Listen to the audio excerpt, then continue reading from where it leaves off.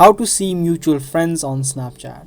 Hi everyone, welcome back to another video on our channel, and in this video I'm going to teach you how you can see the mutual friends on your Snapchat.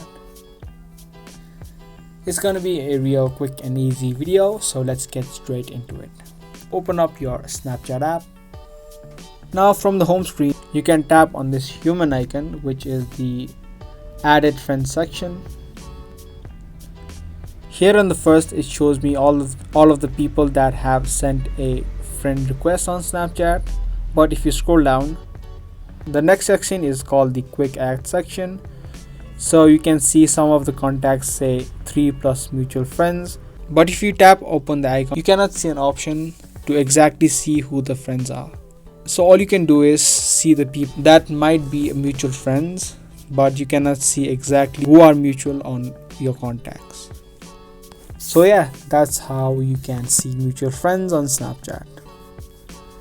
If this video was helpful, give this video a thumbs up, and that's gonna be all for today's video, and I'll see you in the next one.